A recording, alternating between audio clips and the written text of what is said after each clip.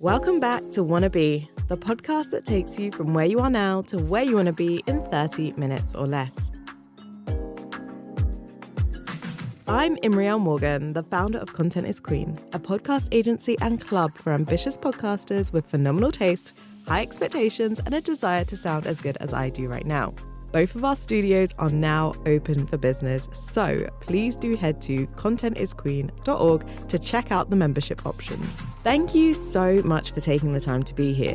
Wannabe's focus is to help you take consistent action to build a successful life and career in the creative and entertainment industries. Today, I'm back with 3 inspiring guests who are going to help you reimagine your life and your purpose, make gratitude part of your daily practice, and press pause on overworking. Let's get into it.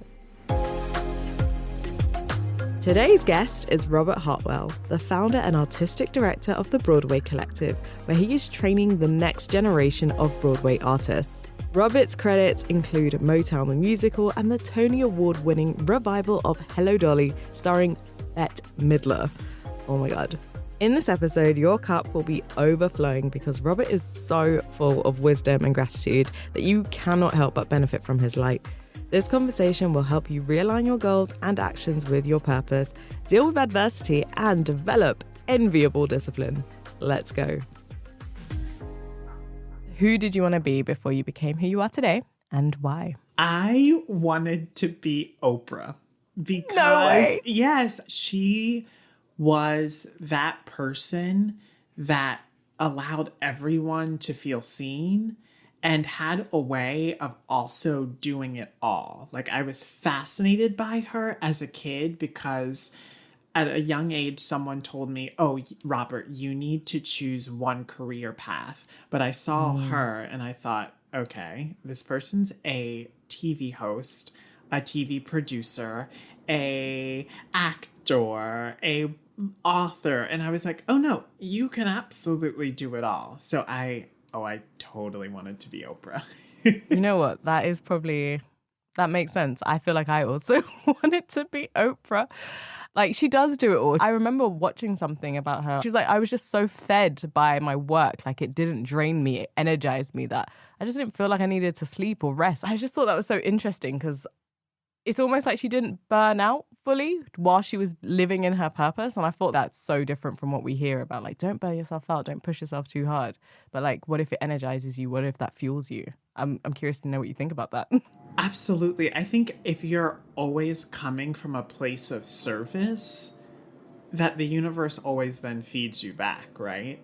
So even like watching some of the trials and things that she's gone through, I mean, and I don't know her yet, but to see from like a bird's eye view of like, oh, wow, she just kept going, but was able to do it. Like, yes, you have an incredible team, but also because you're coming from a place of truly wanting to help people. And I think when you do that, the universe always has your back in that way. Yes, amen, I agree. And you have been giving back for quite some time. Like, you built the Broadway Collective, which is just, one, incredibly beautiful to look at, but also just this incredible platform. And I had listened to a couple of your interviews before I asked you onto the show because I was like, who is this man? I need to learn everything. Because I thought your work was just so phenomenal and how you speak about it and this idea of giving back and being of service and wanting to create the next generation and build them up and uplift them, but in this very holistic way. I found truly inspiring and actually just vibed with me on that level, because that's kind of what I would like to do with podcasters and storytelling and getting people to just share and build and grow and have equitable space on this planet. So yeah, I would love to know how, where does that come from? Where does the need to give and that drive to give and be of service come from for you? Well, first, Imriel, I'd love to say that you already are doing it. Like, your work just speaks for itself. And again, I'm just honored to be here. But I have to tell you, I think it comes from my family and how they raised my brother and my sister and I with the core value that anything that you're given in life is a gift. And yes, you should enjoy it for yourself, but that you should also share your gifts with others, right? And so when I got the opportunity to move to New York City and have a 10-year career on Broadway, yes, that was wonderful. And yes, it was incredible, but I knew it was a gift that didn't belong to me, right? And you can feel in moments in your life when it's time to give the gift back. And so I've just always felt like, oh, wow, this is the most incredible ride ever, like getting to perform and getting to like go to opening nights and getting to go to the Tony Awards. It's so great. But you're getting all of those blessings because there is a young person who wants those things, but you as the receiver of that gift, you want their experience to be lighter and leaner and more momentum filled than your journey was. So if I can share something with them that helps that happen, that makes me go, okay, I'm doing what my parents taught me to do. Yeah, that's so nice. It made me think about the fact that the mantra of paying it forward has been on the top of my mind for 2021. I just cannot shake, like, we need to pay it forward. I need to pay it forward. I need to give back. The next generation's load needs to be lighter. However I make that happen, it just needs to be lighter. It cannot be this difficult. Like, there should not be the first to do X and the first to do Y anymore. Like, it can't be this can't be their mission. And of course, we live in this world, so it's going to be, unfortunately, but we have to just do something. So yeah, I really applaud you that you've managed to not only take that lesson from childhood and then carry it forward, but you're now like living and breathing that. And what's the response been like? What's the reception been like for you? You know what? I'll start with something physical. There's not a week that goes by, actually. One just came yesterday that like a beautiful thank you card from a student or a parent doesn't come to our office, right?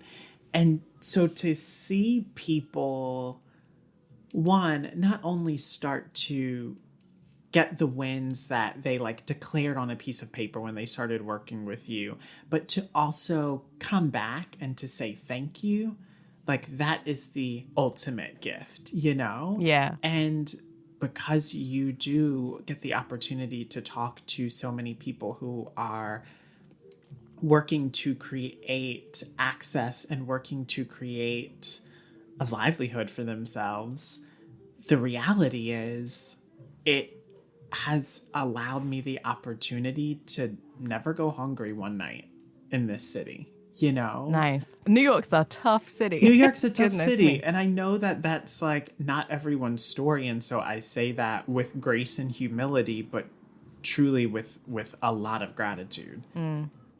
No, that's fair enough. I've been to New York, and it has every time I've gone, it has taken all of my money. Oh yeah, yeah. She is so rude. She's so rude. You're like, excuse me.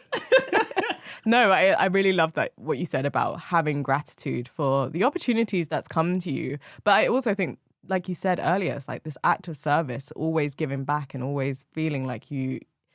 I guess it's that idea of having a sense of duty to others, that you will always be fed eventually, or the rewards will come. And I love that idea. But what I said about duty, I wrote that down as this word of like, do you see it as a sense of duty? And do you see it as something that you are called and meant to do? Or is it something that you work at and try hard to do?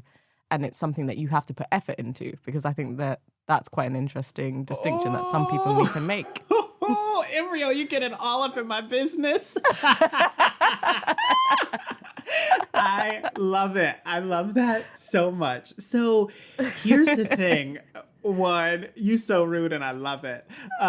Just getting right to the heart of the question. I love it. I really love it. It's fantastic.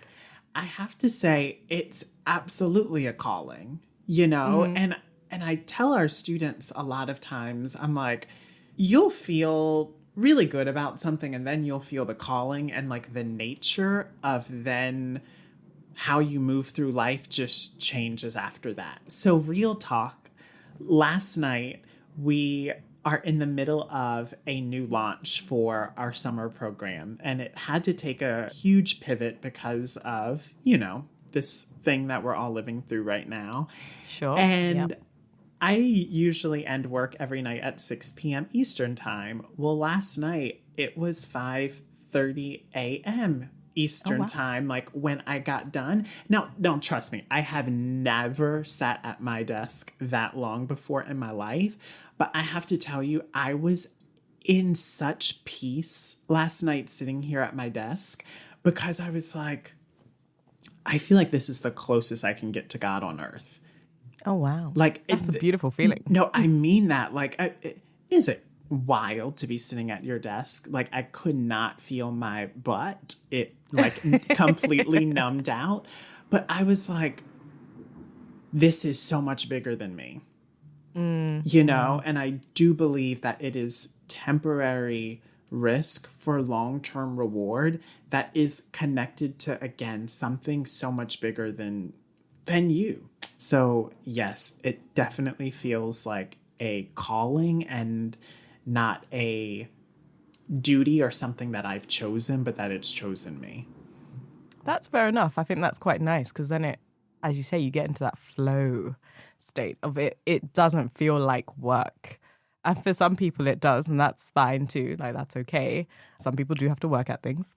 But it's nice when it feels natural and you know you're doing the exact thing.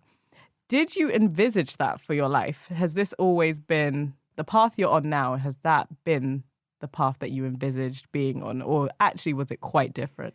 It was quite different, yet quite so the same. So quite different in the sense that if you would have asked me while I was in college, what are you going to be doing when you're 30 years old or 40 years old or 50, I would say, oh, I'm going to be performing on Broadway. I had no idea that at 28 years old, I'd start to think about walking away from this thing that I had worked so hard for and go out on my own. Like, I don't have a business degree. Like, I do, like, what? Yeah. You know? But when I think about it, though, Imriel, is like, do I have a business degree? No. But have I been an entrepreneur my entire life? Yes, because my mom was a single mom. And so to go to these musical theater summer programs and to go to the dance classes and acting classes that I needed, I had to raise money, right? So It's always been in my DNA, in my blood, that money does not have the final say, but my footwork does, right? And so it's just like, how hard are you going to get out here and do the work to make it happen for yourself? So I do think it's like completely different. I would be like, wait, I'm going to be a business owner and like, quote unquote, manage people, LOL. But if you would say like, no, you're going to be an entrepreneur and you're going to be figuring things out on the fly and just making more decisions with less and less information, I'd be like, oh yeah, I've been doing that since 7. Yeah. That's so nice, though. I love when people become accidental entrepreneurs. I definitely can empathize and relate to just realizing it's time to step back and actually really think about, what do I want to do? Yes. I want people to tell their stories. We need to change the world. Stories change the world. How do I do my part in that? And so, yeah, I can definitely understand that. The urge becomes so strong. But yeah, definitely, if you ask me, like, what were you going to do when you grow up, Imriel? Definitely wasn't going to be that. It was going to be like doctor and studying CSI level, like body stuff. It was very different. Yeah. So I love that. But in a way, like, you're doing that. You are CSI investigating lives right now. Like, you literally just got all up in my evening like 2 minutes ago. So yes, you are doing that. The platform is just a little different. Okay. So I was thinking, you probably already invest a lot of time and energy into your skincare, healthcare, and hair care. But what about your brain care? Why prioritize what's on your head over what's in your head? I was recently introduced to the Brain Care podcast, which is dedicated to helping you care for your most important organ. Hosted by Dan Murray-Serta, co-founder of Height, a brain care company, you'll learn about how to optimize your brain health and mental well-being through a series of bite-sized interviews, all between just 5 and 15 minutes with the world's leading scientists and experts. Dan interviews brilliant brains like Stephen Fry, Jay Shetty, Dr. Rangan Chatterjee, and Dame Kelly Holmes, to name a few. So go to your podcast player of choice, the one that you're listening to right now also works, and search for Brain Care to start improving your brain today. We'll come back to Robert in a few minutes.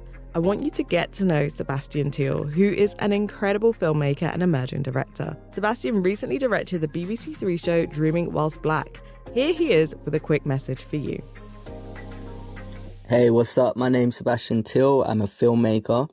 And right now, what I'm currently working on improving right now in my life is learning how to live a life completely happy without external things bothering me. So things that I can't control. And a book I would recommend that actually probably teaches this or helps with this is called Inner Engineering by Sadhguru. And I think it's an amazing book that explores what it's like to delve deeper into yourself. So that is a book I would highly recommend and is currently supporting my growth. So yeah. Oh my God, I love that he said this today. So much has been beyond our control, and I know I've been losing my mind and stressing out about things beyond my control. This is definitely the reminder I needed, and I hope it serves you well too. You can learn more about Sebastian's work by following him at Sebastian Thiel on Twitter and Instagram. Now, back to the fabulous Robert. I really want to know about the walking away from Broadway, because even though you've walked away, you're still in it, but you're not like in it in the same ways. But what was the thing that made you feel like, actually, I need to tread a new path now? Like, what was the thing that happened? Was it one thing, or was it a series of several moments that led to that? Yeah. So when we opened the company in 2016, I knew that I really wanted us to have a summer program, right? And we opened in the fall, but I knew that that was going to take a little time to build up to that. So when we finally did our first summer program in 2017, I believe it was the first time that I had students with me for an entire week, because at the time we would only ever see students for one day. You know, I'd fly to Chicago and work with students for 6 hours and then work online with them for the rest of the year. But this was like a concentrated 1 week, 10 a.m. to 10 p.m., Monday through Sunday with them and their parents. But what was cool was that at the same time that we were doing that summer program, I was performing in Hello, Dolly on Broadway. So the students, I would spend my entire morning and afternoon with them, and then I'd run to the theater and go do my show. But what I realized was that as I was at the show, I was thinking about my students, and I was thinking about, are they okay? I miss them. You know, I had chaperones to like take care of them, do all the other evening activities and things. But a turning point for me was halfway throughout the week. My mom and I did a parents session with the parents, and we're sitting in this studio, a rehearsal studio in the city. And the parents were just looking at me like, I don't know if you know, but what you're doing is different. And not only are children's lives being changed right now, our lives are being changed. And it was like they were ministering into my spirit and giving me permission, because they didn't even know that I was starting to grapple with, am I about to not do 8 shows a week on Broadway anymore right now? You know, because I'd been juggling it for a couple of years of running the company plus doing that. But seeing those parents, because it's one thing to have the support of students, right? Like, I love my kids.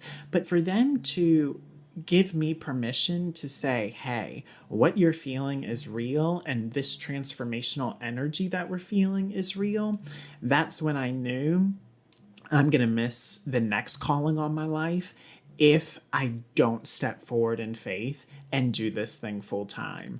So it just felt so natural. Yes, it was scary, but it took some time. But when I saw them see me, it was a wrap. Wow. That's lovely, though. Having that validation, we need this, we want this, we want you to do this. What you're doing is special and needed. There's no better feeling, surely. That's wonderful. Well, congratulations and well done. Thank you so much. I would love to know what great looks like for you right now in this lane that you're in, this moment in your life? What is great? It looks like expanding family. And I think that goes many ways as far as expanding our team. You know, like we're a team that works really hard, but really stands with our mission. And great looks like taking care of them. Great looks like making sure that they have the tools that they need to succeed, not only here at this company, but as they journey on into life. I would also say great looks like love. And I think so many of us, especially those of us that are single, that have spent the pandemic living alone in our singlehood, you're ready for that level of expansion. So it's family and it's love and it's faithfulness as well, to just continue to trust this moment and know that it is not meant for your harm, but that it's all coming together. Wonderful. Can you describe a moment that felt challenging or difficult for you? I think a recent business thing that happened. Go for it then. So during the pandemic, our business really grew. It doubled actually, because Amazing. we're an online company, right? Online education is what we do. And so we were very grateful for that. But our student numbers doubled, but our team didn't double, right? So we were just working double, triple, quadruple overtime. And what ended up happening is at the beginning of this year, we were going into January, and we have a very small team. There are 6 team members. And 3 of them put in their notice at the top of the year. And when you're a tiny team and you're a tiny family, it felt so personal, but we also knew that, one, we loved each other and that there was no bad blood and there was no malice and there was no, you did this to me, or it was none of that. But what it did was it was the most inconvenient situation at the most inconvenient time. But that breaking was our breakthrough, because had they not left, we would have just ran through this year exactly like we ran through last year, really trying to make it work every day with 6 people.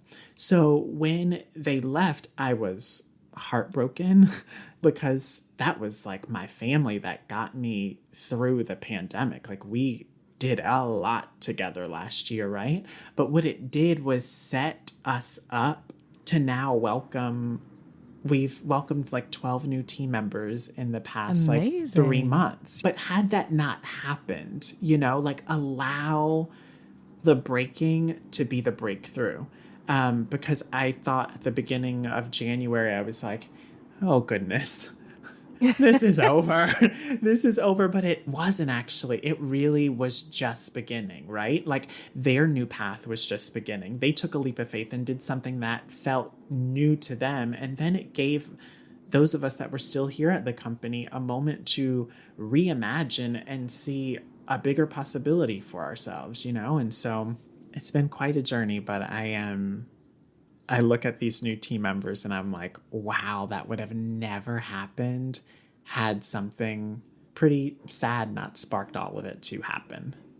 Yeah, that's so wonderful. I love your mindset because it is about seeing the silver linings and finding the positives in these very challenging and trying things. Because I think I would definitely be heartbroken if my team just left. One of them was like teetering on the edge for a second and I was like, what will I do? Yeah. But like that fear, I kind of look at fear as this kind of like GPS navigation of, Yes. well, it means we're about to enter something exciting and new and different and it's another opportunity. So it is just as much as it's not great in that moment. And like you said, it's inconvenience. Like, inconvenience will stop us doing a lot of things more than fear will, I think, sometimes. Like, no question. No question. Yeah. like, people really sleep on how just being inconvenienced will stop you from doing certain things. Yes.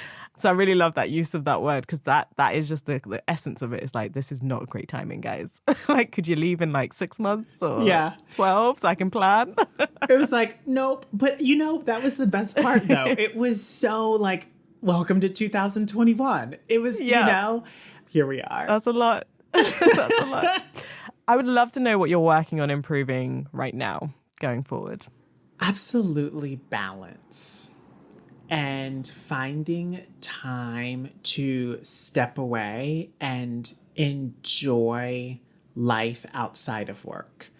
And I know it's pretty difficult when you really love what you do, that it's so easy to sit at the computer all night and truly feel like you've just been fed. But last weekend was the first weekend in quite some time that I literally unplugged from the back of my desktop. Like, I like unplugged the power strip. I was like, we are taking the entire weekend off. I put I put like my vacation responder on from Friday to Monday. Gosh. Actually, I had a friend reach out and they were like, are you okay? And I'm like, yes. Aren't you like, you should be proud of me. Like, send me flowers. Like, this is amazing. I'm taking time off.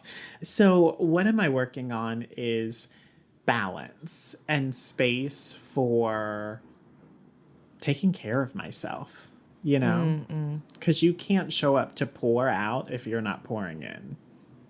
Oh, thanks for saying that, because I needed to hear that today. I have definitely been doing the overtime, and I'm like, the thought of even just unplugging the desktop just gives me anxiety of like, I'm going to miss something. Something's going to happen. The world will come crashing down, but that's never the case. Like, no. It kind of just keeps going. They're going to be fine, because you know what they're going to do? They're going to send you an email that says, circling back in, and you will get to it when you get to it. Exactly. Thank you so much, Robert. This has been enriching. Can people from anywhere be part of Broadway Collective? They can. That's actually something that's been really special during the pandemic, is that it's grown, so we have students in Australia and Japan. Amazing. Like literally all over the world now. So students and anyone that wants to learn and connect with Broadway performers can, as long as you have Wi-Fi. I got you. Yes, okay. I love that. I'm definitely going to be plugging this everywhere. So thank you so much for, one, doing the work that you do and just being a complete inspiration. But how full is your cup right now? Just so much joy coming from Robert. I was living for it. For anyone interested in getting into the theatre, I highly recommend following Robert at Sir Robert Takes Pics, and do check out the Broadway Collective at B-Way Collective and bwaycollective.com. It is a phenomenal program. I highly recommend looking into it if you are interested in breaking into this industry. Before we wrap up, here's the author and all-round badass Elaine Welteroth with some must-hear advice that'll put an end to the part of you that always wants to do too damn much. You know exactly what I mean. Take it away, Elaine. It was a quote I found online from, this is random, but Crocodile Dundee. And it said, bite off more than you can chew and chew as fast as you can. And I just remember finding that in my early 20s, when that really defined my strategy in my pursuit of success. And I related to it. I was like, that's it. That's the secret to success right there. And I would tell everybody of my, my interns or whoever was on my team. And then I burnt out. My body just was giving up on me. And I just realized, like, maybe there's another way, maybe that wasn't exactly right, Mm-hmm. And so I'm now sort of operating under a slightly different premise, which is bite off what you can chew as needed, digest fully, and make time to laugh.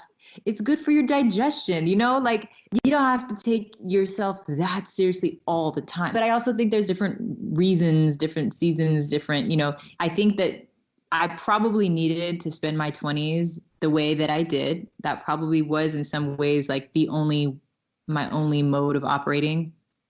Mm-hmm. For a reason, but it afforded me now the perspective to say, okay, that's not really how you need to operate forever. Yeah. There's an end date on that MO. So I think the same piece of advice could be the best piece of advice in one part of your life and maybe not the best for the rest of your life. And I think it's really having the discernment, cultivating the discernment to know when something, when someone, when some job, whatever it is no longer serving you, and being able to pivot and move on.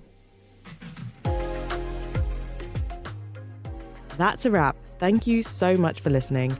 I hope this half an hour has made you think, reflect, and contemplate what your next step should be. I'd like to encourage you to think about one person who would benefit from the messages shared today, and I'd love for you to share this episode with them right now.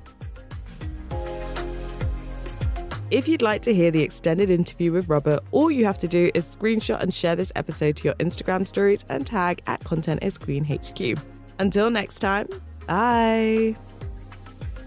This is a Content is Queen production, hosted by me, Imriel Morgan, edited by Amber Miller and Joseph Perry, sound design by Amber Miller, music and sound effects are from Epidemic Sound. See